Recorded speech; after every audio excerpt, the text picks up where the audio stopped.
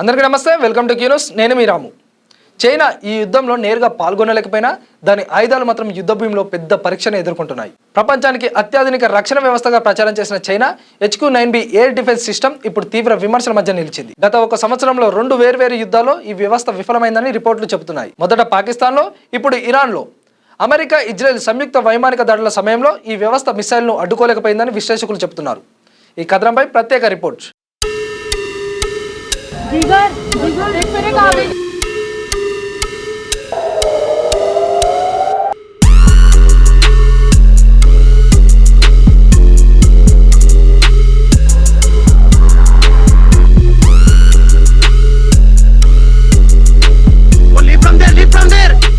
ఫిబ్రవరి 28న America మరియు Israel సంయుక్తంగా ఇరాన్పై భారీ వైమానిక దాడులు ప్రారంభించాయి. ఈ దాడుల్లో ఇరాన్లోని పలు కీలక ప్రాంతాలు లక్ష్యంగా మారాయి. టెహరాన్ సహా ఇరాన్లోని 20కి పైగా ప్రావిన్సుల్లో వైమానిక దాడులు జరిగాయి.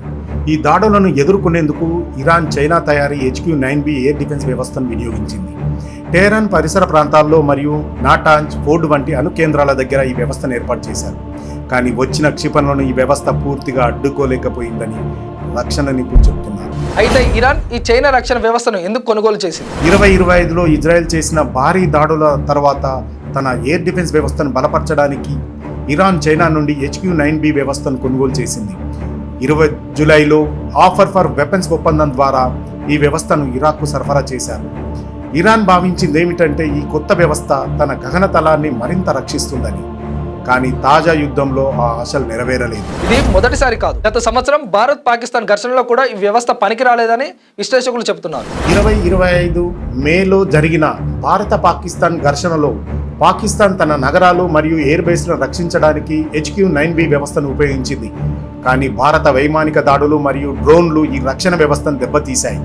దీంతో పాకిస్తాన్ రక్షణ వ్యవస్థ ఒక్కసారిగా కుప్పకూలిపోయిందని రక్షణ నిపుణులు పేర్కొన్నారు. అయితే అసలు HQ-9B ఎయిర్ డిఫెన్స్ వ్యవస్థ ఏంటి? China aerospace science and industry corporation ఈ వ్యవస్థను అభివృద్ధి చేసింది. రష్యా S-300 మరియు అమెరికా ప్యాట్రియాట్ వ్యవస్థల ఆధారంగా ఈ టెక్నాలజీ రూపొందించింది. ఈ వ్యవస్థ 260 కిలోమీటర్ల వరకు లక్ష్యాలను గుర్తించగలదు. 50 కిలోమీటర్ల ఎత్తులో ఉన్న లక్ష్యాలను దాడి చేయగలదు. ఒకేసారి 100 లక్ష్యాలను ట్రాక్ చేయగలదు.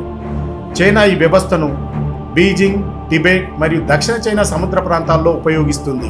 పాకిస్తాన్లో ఒకసారి, ఇరాన్లో మరోసారి వరుసగా 2 యుద్ధాల్లో చైనా HQ-9B రక్షణ వ్యవస్థపై సందేహాలు వ్యక్తమవుతున్నాయి. ఇది నిజంగా సాంకేతిక లోపమా, లేదా అమెరికా, ఇజ్రాయెల్ అధునాతన టెక్నాలజీకి దిగజారిపోయిందా? ఇది భవిష్యత్తులో స్పష్టమవుతుంది. కానీ ప్రస్తుతం ప్రపంచ ఆయుధ మార్కెట్లో చైనా విశ్వసనీయతపై ప్రశ్నలు మాత్రం మొదలయ్యాయి. మీరు తెలుగు స్పష్టంగా చదవగలుగుతారా? తెలంగాణ యాస మీద మంచి పట్టు ఉందా? అయితే మీకోసం క్యూన్యూస్ ఒక మంచి అవకాశం కల్పిస్తుంది. ఇది ప్రత్యేకంగా విద్యార్థులు, గృహిణులు, వయసుతో సంబంధం లేకుండా ఎవరైనా సరే మీరు ఇంటి దగ్గర నుంచే పని చేసుకోవచ్చు. మీ వాయిస్తోనే ఇంట్లో ఉంటూనే మంచి ఆదాయం సంపాదించుకోవచ్చు. ఇంకెందుకు ఆలస్యం? వర్క్ ఫ్రమ్ హోమ్ కి ఇప్పుడే సంప్రదించండి. మా నెంబర్లు 8688926084, 8143001981.